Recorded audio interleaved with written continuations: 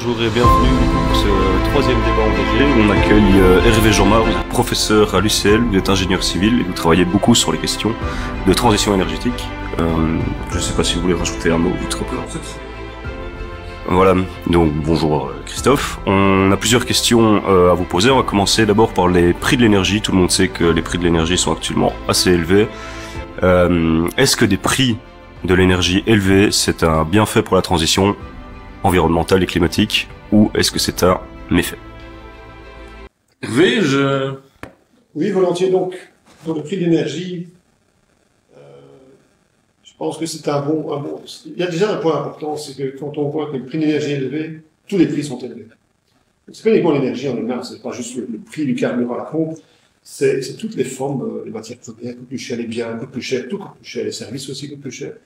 Et ça permet de se rendre compte, devrait se rendre compte, l'énergie est dans tout. Et donc, c'est déjà un élément intéressant de voir que tout augmente. Voilà, donc je dis, tiens, il y a de l'énergie partout. Oui, l'énergie, c'est vraiment précieux. On a besoin qu'on fait toute activité. Voilà, donc ça, c'est un premier élément. Là, on pourrait s'en rendre compte sans avoir un prix d'énergie qui augmente, mais voilà, ça aide. Alors, un prix élevé est intéressant, oui, dans la mesure où ça favorise quand même des comportements qui évitent le gaspillage. Donc ça, c'est un point qui me paraît important, c'est de dire, ben, si le prix de l'énergie est cher, là où on ne réfléchissait pas avant, on commence à réfléchir en disant, ben oui, parce que on ne fait pas faire attention à ceci, à cela, etc. Donc, on évoquait rouler moins vite, etc. Donc, avoir une série de comportements qui permettent d'économiser, ça c'est plutôt positif. Mais je crains que, je ne sais pas si c'est durable. Est-ce que quand le prix rediminue, est-ce que c'est un bon comportement reste pas, ça c'est la deuxième inconvénient de l'énergie, c'est que toutes les mesures qui demandent en fait transformation, par exemple, l'isolation des maisons. Donc, bien l'énergie est chère, je vais isoler les maisons, mais l'isolation coûte beaucoup plus cher aussi. Et donc, de cette manière, quand on fait le ratio et qu'on donne un petit peu le bilan, ben, on dit oui, mais j'ai pas les moyens. J'avais pas les moyens quand l'énergie était pas chère, mais j'ai toujours pas les moyens quand l'énergie est chère, parce que tout coûte beaucoup plus cher. Et donc, ça freine aussi, je pense, la transformation. Donc, je suis pas du tout expert dans le domaine de l'économie, des prix, etc. Mais je dois avouer qu'un prix élevé est séduisant, mais j'ai l'impression que ça peut être aussi un frein, bizarrement. moi, je suis d'accord avec vous, mais je pense que, en tout cas, dans le modèle, comment est-ce on doit fonctionner, c'est que il faut que les gens payent leur énergie. Et l'énergie va coûter de plus en plus cher dans les années qui viennent, et il faut qu'ils le sortent dans leur portefeuille, mais que, en parallèle, on offre des chèques d'aide où on diminue leur charge globale, mais que à l'unité d'énergie, ils continuent à la payer cher. C'est-à-dire qu'ils aient quand même le signal prix qui les incite à moins consommer d'énergie, mais par contre, on les aide par rapport à leur pouvoir d'achat pour qu'ils gardent le même pouvoir d'achat qu'avant. Comme ça, ils seront incités, et que l'incitant reste en fait. Oui, alors dans une forme plus avancée, effectivement, on atténue le prix de certains éléments, même si certains éléments sont chers par rapport aux autres. Effectivement, c'est un mécanisme de, je dirais, d'incitation qui peut être intéressant. Mais on pourrait garder le prix de certaines choses et juste mettre des taxes sur ce qu'on fait déjà. C'est une autre manière. Mais c'est vrai que c'est vu plus négativement que d'avoir un prix élevé. Le problème du prix élevé, c'est que ça à qui on le paye. En fait, c'est ça le problème. C'est à qui va-t-on payer les éléments? C'est l'argent quand même qui quelque part est perdu. Non seulement pour le territoire, mais globalement. C'est pas une bonne chose. Ça enrichit toujours bien quelqu'un, vous allez me dire, mais globalement, ça n'enrichit pas les bonnes personnes. La distribution ne joue peut-être pas son rôle. Donc, mais je suis d'accord avec vous, donc, sur cet aspect de possible. C'est un mécanisme comme un autre. Mais je pense de toute façon qu'il faudra, enfin, ce sera un sujet qui va revenir dans les mois qui viennent, hein, puisque le prix d'électricité a fait x10 en 2 ans là. Ici, on subit. Hein, donc c'est le problème, c'est que moment on subit. Ouais. Et donc, il n'y a aucun moyen. Enfin, on est en train de subir les prix. Si l'État, quand le prix rediminue, l'État se dit, je vais utiliser sur le cliquet, Dieu sait quoi, peut-être atténuer la diminution, tirer profit de ce que les gens veulent bien payer pour avoir des politiques. Ça devient intéressant. Pour le moment, on fait que subir, l'État subit, on subit. Donc, il n'y a aucun moyen, il n'y a pas vraiment de solution. On s'est réattiré de la situation actuelle. Plus tard, on pourra faire quelque chose. Ça reviendra un peu maintenant. Très bien. Donc, ce prix de l'énergie, en fait, il aborde aussi, je trouve, un débat, le débat de la sobriété. Parce que c'est un prix élevé, comme vous l'avez dit, ça va avoir une répercussion sur l'entièreté des biens de consommation. Ces biens de consommation ont une empreinte environnementale. Et voilà, beaucoup de personnes qui parlent d'environnement, etc., qui parlent de sobriété énergétique, de sobriété tout court aussi. On a beaucoup parlé au Parlement bruxellois de sobriété numérique. Est-ce que la sobriété est nécessaire à la transition ou est-ce qu'on pourra s'en passer? Alors, bon, on arrive, ouais, effectivement, des sujets qui sont, comme pour le prix, des sujets qui peuvent être controversés. Je suis d'opinion que la sobriété est un élément, je pense que c'est un élément de la transition. Dans nos sociétés, où on est encore sur une trajectoire, je dirais, en augmentation en permanence, toujours de plus en plus, on ne va faire qu'amplifier les problèmes, malgré l'énergie renouvelable, malgré la nucléation continue, etc. On va faire qu'amplifier l'impact. Et donc, le volant sobriété, il est indispensable pour, quelque part, casser cette tendance à la croissance et à toujours plus d'impact sur l'environnement. Et donc, la sobriété, pour moi, c'est un élément qui, alors, ça vient s'ajouter à la transition des énergies renouvelables et à l'efficacité. Mais donc, la sobriété, alors, je n'invente rien, je ne suis pas le seul à dire ça, mais la sobriété, c'est vraiment un volet important. Mais il faut bien la comprendre, la sobriété. Parce que c'est faire moins, plus qu'avoir moins, j'ai l'accès à le bien et le service, parce que c'est un peu ça, on la voit au travers de ce qu'on dépense, donc du portefeuille. Mais ça, c'est l'aspect, on va dire, un peu négatif. Mais je vois l'aspect très positif. C'est que si je dépense moins pour acheter des choses, je dois travailler moins. Et on n'a pas encore beaucoup exploré ce volet. Enfin, en tout cas, on n'a pas mis en avant comme étant quelque chose de positif de je travaille moins. Moi, je trouve que c'est quand même un élément interpellant et intéressant. C'est-à-dire, tiens, je vis, je choisis, et il y a des gens qui l'ont déjà fait. Alors, le but n'est pas d'être, je dirais, d'arriver à ne plus rien avoir, mais de modérer, d'équilibrer. Par exemple, oui, est-ce que j'ai besoin d'avoir une armoire avec des vêtements qui débordent dans tous les sens? Est-ce que je ne pourrais pas gérer ça un peu différemment? Néanmoins, ben, du coup, moins de dépenses, j'ai besoin de moins de revenus, j'ai plus de temps libre. Temps libre, pas nécessairement, je dirais, dépensier, plus profiter. Et donc, je vois ça plutôt positivement, la sobriété. Donc, on va le voir négativement, parce que sobriété, c'est parfois un peu, je dirais, peut-être une petite connotation péjorative, mais pas du tout. Et négative, moi, je trouve que c'est plutôt très positif. Donc, pour moi, il est indispensable. Il y a un argument qui doit être encore plus fort, c'est que nous, on doit aller vers la sobriété, parce que d'autres dans le monde, alors, évidemment, est beaucoup plus large que la Belgique, d'autres dans le monde doivent monter, doivent croître de manière très importante. Et on sait, et ça on le sait, que si nous on continue sur trajectoire et que les autres, pour des raisons tout à fait légitimes, souhaitent nous rattraper, on va rattraper entre guillemets, on va vers il n'y a pas de solution à cette équation. On va vers la catastrophe à sauver. Donc, sobriété chez nous pour permettre à d'autres, notamment, de pouvoir, je dirais, avoir juste une vie plus digne, hein. C'est juste ça. Je ne pense pas qu'il soit aujourd'hui, on attend de beaucoup plus que d'avoir juste une vie digne. Oui, c'est ça. Je pense que quand on parle de sobriété, il faut voir évidemment de quoi on parle, parce que nous, on peut en parler, mais dans certains pays, en effet, c'est un peu indigne d'aller demander à des gens de consommer moins. Alors, je pense que là-bas, c'est surtout, dans certains pays, c'est surtout l'électrification qui doit être l'objectif principal, quoi, parce que énormément de villes et de villages qui fonctionnent au charbon, au bois.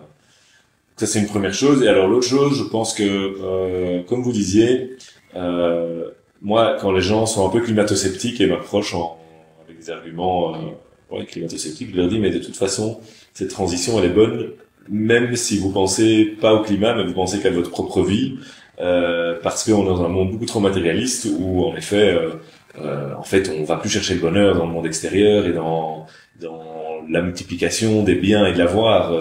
On voit bien que c'est pas par là qu'il y a le développement demain. On voit bien que c'est dans les pays les plus riches qu'on a les plus hauts taux de suicide, de burn-out, etc. Donc on voit bien que ce modèle de développement-là, de toute façon, il n'apporte plus du bonheur. Donc passer à un autre modèle de développement qui est plus basé sur une certaine sobriété, je pense que c'est simplement la logique des choses et que en fait ça va faire du bien à tout le monde, au-delà du fait que ça va faire du bien au climat. Très bien. Monsieur Gérard, vous avez évoqué l'efficacité, notamment des technologies. Vous n'avez pas parlé de technologie directement, vous avez mentionné l'efficacité. Je voulais en profiter pour rebondir sur du coup l'usage de la technologie. Est-ce que les technologies vont nous sauver? Alors, l'efficacité n'est pas nécessairement technologique, mais elle peut l'être. Hein. Donc il y a deux questions. En fait. L'efficacité, pour moi, il faut ça paraît légitime si on peut faire une opération, même au niveau industriel, je ne parle pas du mot domestique, mais au niveau industriel, une opération en consommant moins de matière, d'énergie, ça. Bon, il faut le faire. Voilà. Et donc, c'est aussi un peu la limite entre sobriété et efficacité. Isoler sa maison, est-ce que c'est de l'efficacité ou c'est de la sobriété? Il y a un débat là-dessus. Pour moi, c'est plus de l'efficacité. Et j'en parlais au début, comme quoi ça peut être cher, mais effectivement, à long terme, ça a du sens. C'est juste que l'argent à mettre sur la table le jour 1 est assez important. Quand on veut isoler, ça coûte assez cher. Mais sinon, c'est une super mesure d'efficacité. Or, on sait qu'en Belgique, on consomme énormément d'énergie pour la chaleur. C'est aberrant. Et donc, en isolant mieux, ça ira beaucoup mieux. Je voyais des bâtiments neufs à vendre qui sont encore, en termes de qualité énergétique, ils sont B. Il n'est pas fini. 2024, B. Je dis, mais comment est-ce que légalement on autorise encore ce genre de choses? Donc, là, il faut faire. Alors, est-ce que la technologie, donc, deuxième volet, est-ce que la technologie, on peut lier à l'efficacité? Mais ça fait, je veux dire, plusieurs siècles, c'est comme ça qu'on améliore les technologies. Et en fait, sur papier, c'est super, parce qu'on dit on va faire mieux, et donc on va être mieux, donc on va faire la même chose avec moins.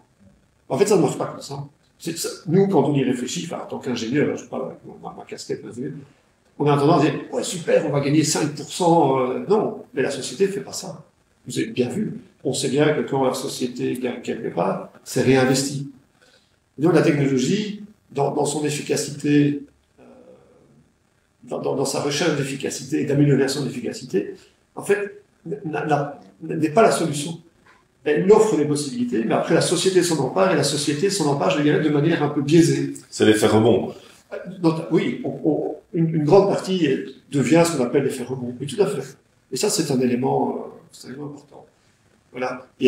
Alors, il y a plusieurs formes d'effet rebond, mais c'en est un, effectivement. Donc, c'est un peu vain. Alors, ça ne veut pas dire qu'il ne faut pas mettre de bonnes technologies sur le marché, mais il faut, en parallèle, simultanément, que la société se dise, OK, on va continuer à améliorer, on a déjà beaucoup amélioré, on va continuer, mais on doit s'en emparer différemment.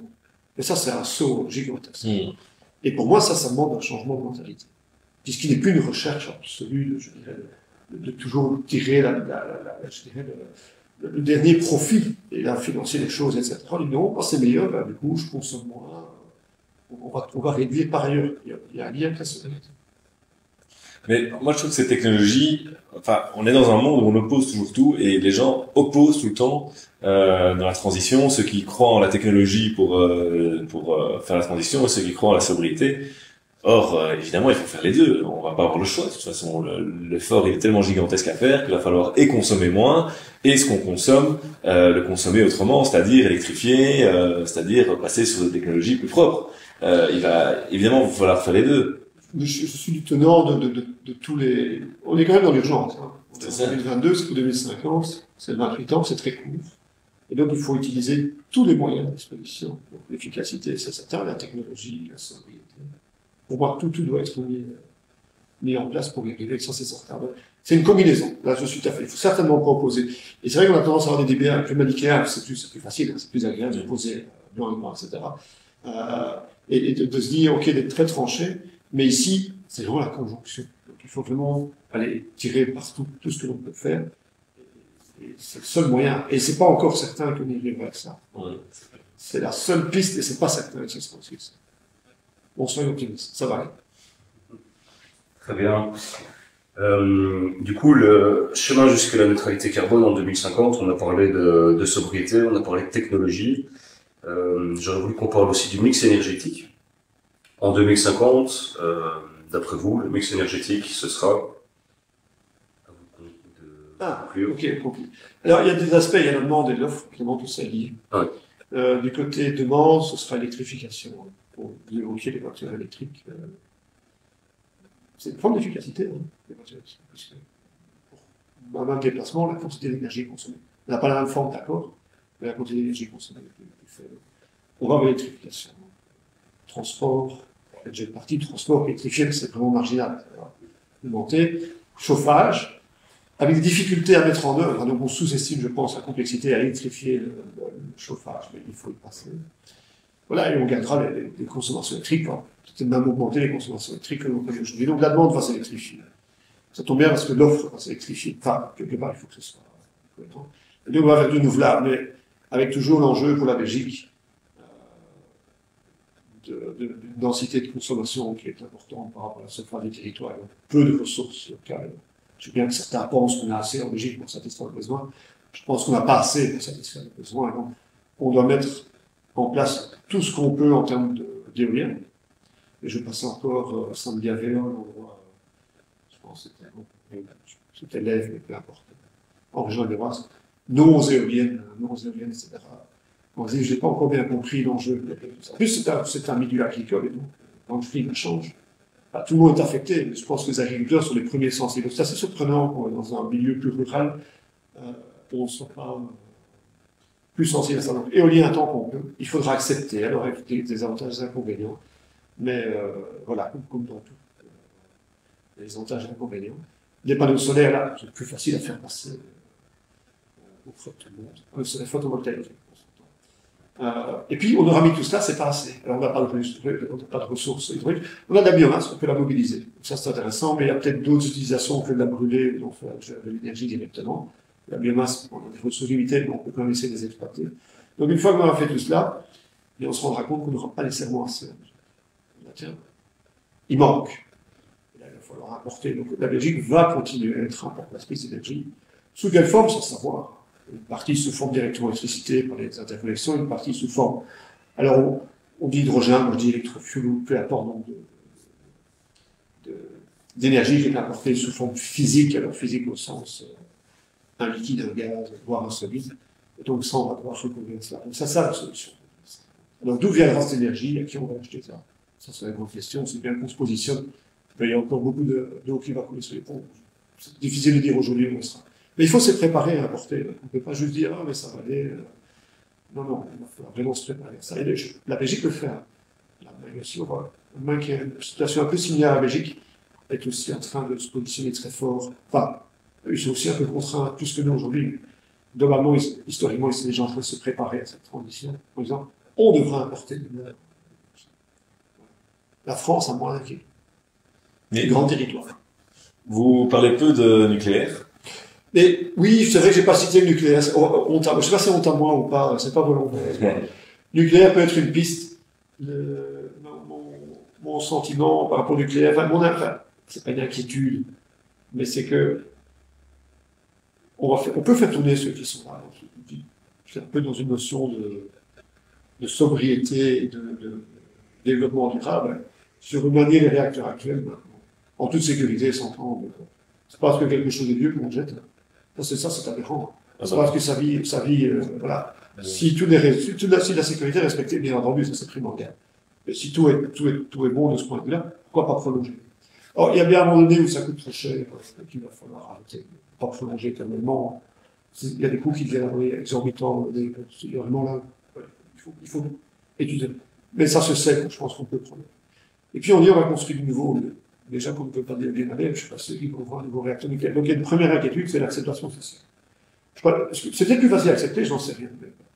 Deuxièmement, il y a aussi une question de temps. Combien de temps est-ce qu'on est capable de mobiliser de l'énergie nucléaire en suffisance pour satisfaire les besoins? On compte, hein. En 2022, on va se décider en 2025, et puis on sera en 2030, et puis il faut 10 ans, et donc on sera vite à se dire, ok, mais ça vient tard. Donc la question, c'est quand est-ce que ça va arriver exactement?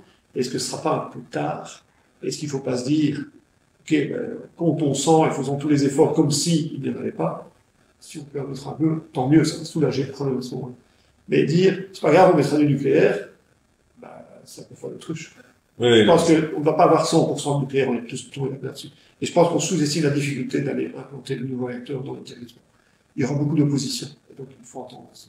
Maintenant, ça dépend du contexte, ça dépend des contraintes qu'on met aux gens, parce qu'effectivement, on dit c'est ça où il n'y a pas d'électricité, peut-être moins sensible. Non, mais les oppositions, c'est aussi une question de lutte, parce qu'on pense qu'on a le choix et qu'on veut autrement.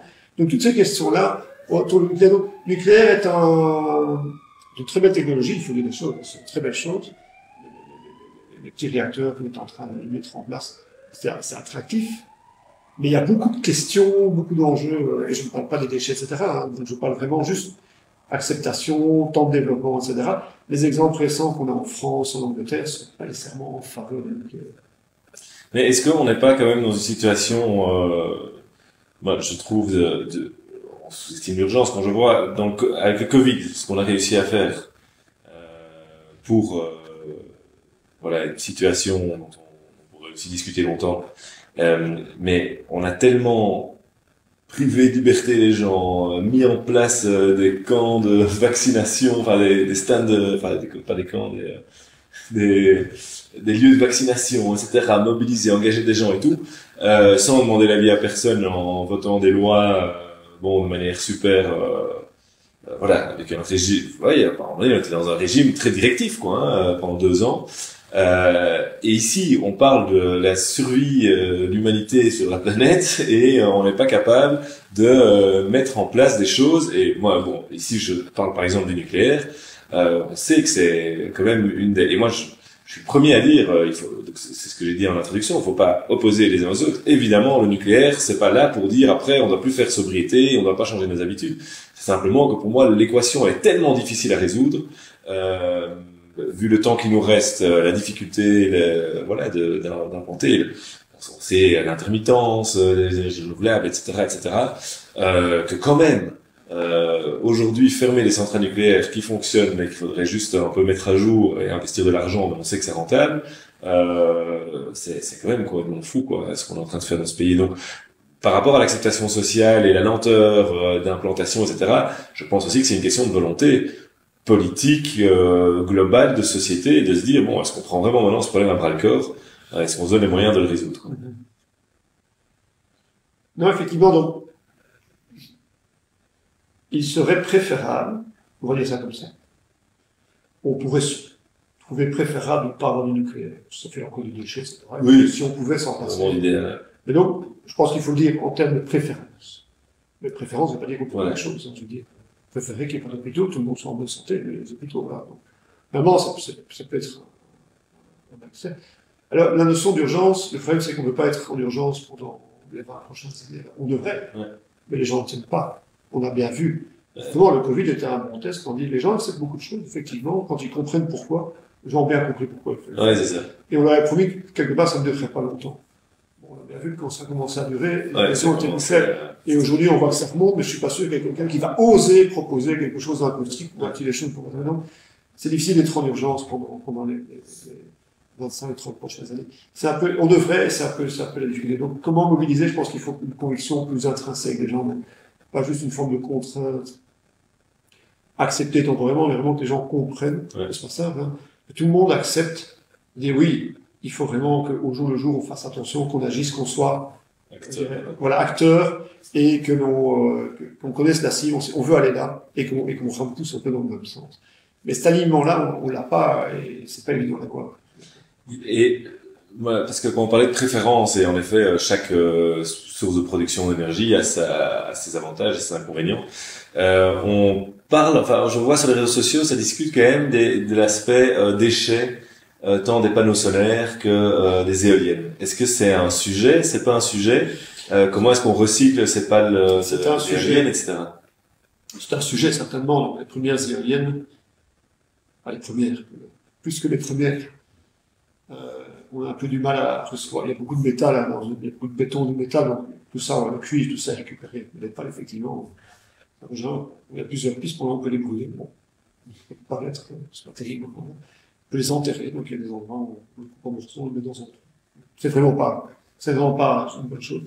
Et il y a pas mal de projets de recherche pour faire des pales recyclables. Donc ça, c'est devenu c'est un sujet aujourd'hui de recherche et développement. Donc déjà, on n'est pas loin de la mise en œuvre. Donc c'est vrai qu'il y a des faiblesses dans ces technologies-là, il ne faut pas le nier. Je pense effectivement l'intermittence en termes d'utilisation et la fin de vie, le recyclage. Mais il y a pas mal de gens qui travaillent là-dessus, votre solution.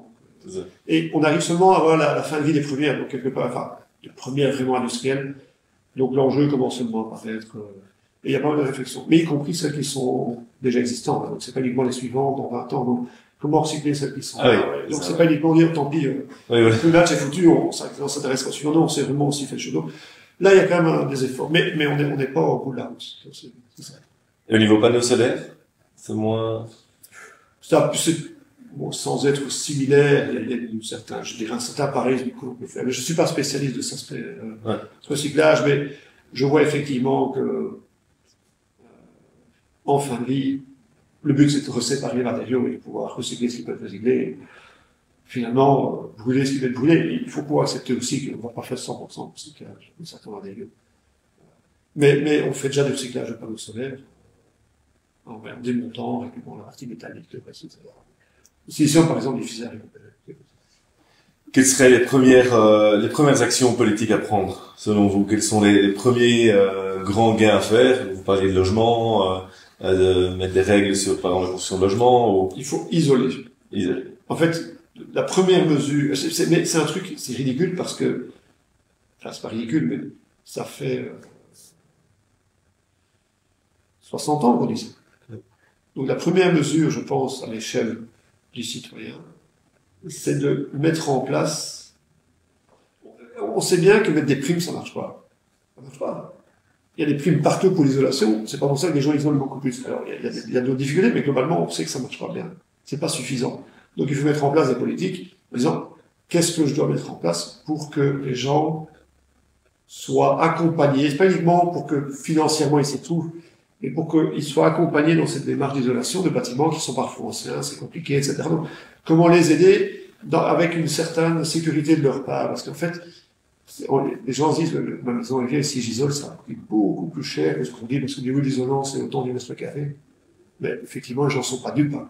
Ils savent bien que quand c'est des vieilles maisons, avec des vitres un peu compliquées partout, les murs sont pas droits, je dirais un peu aussi de l'architecture, tout ça va être un peu compliqué à mettre en place.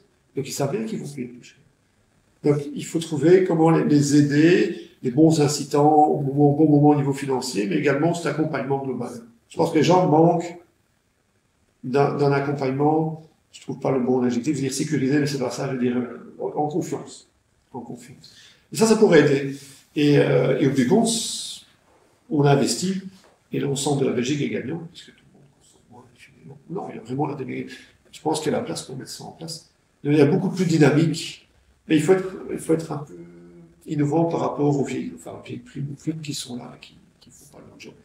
La difficulté, c'est comment, et ça c'est l'autre aspect, c'est que si on arrive à avoir une bonne politique qui dit tout le monde veut isoler, on va manquer de bonne peau. Ah ouais. Et ça c'est l'enjeu, parce qu'on va dire aux gens, on a besoin de gens pour isoler, et ils sont pas, tout le monde est occupé pour le moment. C'est clair. C'est bien qu'on a, c'est plutôt positif que les gens soient occupés, mais on n'arrive pas. Donc là, il y a vraiment un enjeu d'une capacité à mobiliser les gens pour le faire, mais mobiliser des gens, pas des gens pour le faire, c'est-à-dire pour le faire chez eux, pour le mettre aux gens. Également mobiliser des ressources humaines pour pouvoir l'exécuter, etc. C'est un enjeu. Et les matériaux aussi. Les matériaux m'inquiètent moins. Les matériaux m'inquiètent moins. Pour moi, c'est vraiment la volonté et l'accompagnement des personnes qui souhaitent le faire. Voire une contrainte, mais ça, c'est vous qui faites la politique, pas moi. Je sais pas. À quel point on peut contraindre les gens. Et l'aspect, je dirais, ressources humaines pour réaliser les travaux. C'est vraiment, matériaux m'inquiètent moins. Enfin, bon, derrière, il y a l'industrie qui doit tourner pour produire les matériaux. Mais, bon, c'est bon type de matériaux. Ça me paraît pas, je ne pense pas que ce soit l'élément limitant, en fait, aujourd'hui. Je ne dirais pas, c'est à cause de ça. Peut-être que ça pourrait arriver si tout le monde s'y met dans tous les pays d'Europe. Mais aujourd'hui, je ne vois pas ça comme l'élément limitant. Mobilité, on passe à la voiture électrique, c'est bien comme... Non, enfin, si on dit comme ça, non, parce qu'on dit, on fait tout comme avant, juste en voiture électrique, ça ne va pas. Enfin, ça ne correspond pas. On doit s'interroger sur fondamentalement s'interroger sur est-ce qu'on a besoin de posséder sa voiture, oui ou non. J'ai cru comprendre, mais voilà, les chantiers pas très loin, juste en face de moi, que les jeunes générations, moi je suis déjà un peu vieux, les jeunes générations sont beaucoup plus ouvertes au partage, au sens, voilà, moins la possession, l'utilisation, moins, ça peut être en effet, il faut réfléchir à ça. Ça ne veut pas dire moins épaissé, avoir, je dirais, moins de véhicules. Bon, c'est intéressant, ça. On dit, tiens, parce qu'un véhicule électrique, c'est un véhicule qui va être à fabriquer, qui coûte cher. Donc on se dit, pas cher pour la planète, et donc pour les porteurs aussi, mais surtout pour la planète. Donc ici, il y en a moins, ça peut être intéressant. En plus, ils vont rouler plus, ce qui est bien, puisqu'ils sont moins chers à l'utilisation. Quelque part, le véhicule électrique partagé, il a du sens. Mais en ville, il ne faut pas de véhicule, par exemple. On est ici au milieu de Bruxelles, il devrait y avoir beaucoup moins de voitures et tout. Ça, c'est aussi l'évolution. Ça viendra. Je pense que les jeunes générations qui vont vite prendre, ils sont déjà là. Et quand je parle de jeunes, c'est un peu plus jeune que moi. Donc, il ne faut pas les chercher maintenant. Ils sont beaucoup plus ouverts. Donc ça, il faut effectivement changer de mobilité, plus prendre le train aussi. Tous ces éléments-là. Ah oui, ça a du sens. Mais, difficulté, les gens ont l'impression de réduire leur liberté. Yes. Mais il faut qu'ils aillent lire alors.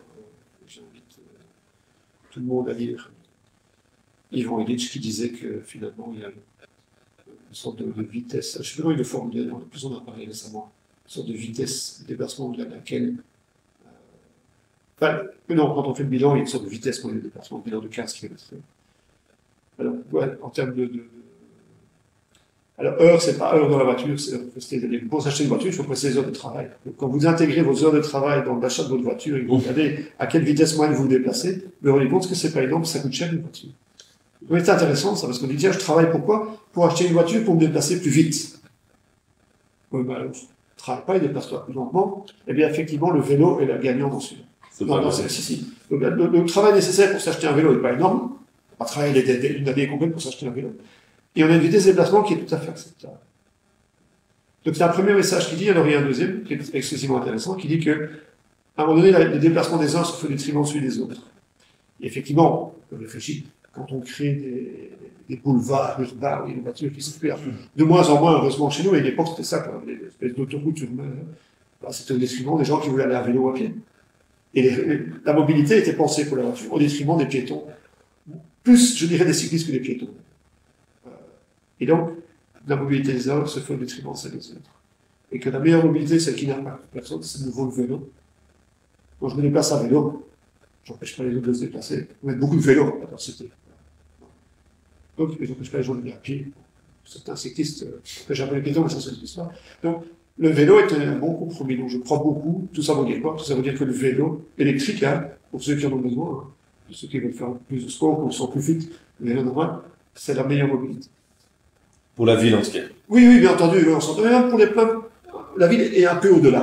Et un peu au-delà. Ça, c'est clair que si je dois aller à Arlon, je n'irai sans doute pas à vélo. Voilà. Mais il y a le train. Voilà. Mais là, je suis d'accord. Donc, c'est la ville et un peu au-delà. Mais c'est clair qu'on ne peut pas tout faire. Je ne dis pas qu'il faut tout faire, mais avec des véhicules partagés, des vélos, etc., on arrive à une mobilité satisfaisante, mais assez différente de ce qu'on pratique aujourd'hui. Enfin, je ne suis pas spécialiste de mobilité, mais j'ai une sorte voilà, j'imagine ce que ça pourrait représenter. Et je trouve ça assez enthousiasmant, en fait. On a fait le tour de toutes les questions. Merci pour toutes ces infos. Avec plaisir, voilà, merci à vous. Ouais, très intéressant. Merci de votre venue. Et à bientôt pour le prochain débat engagé.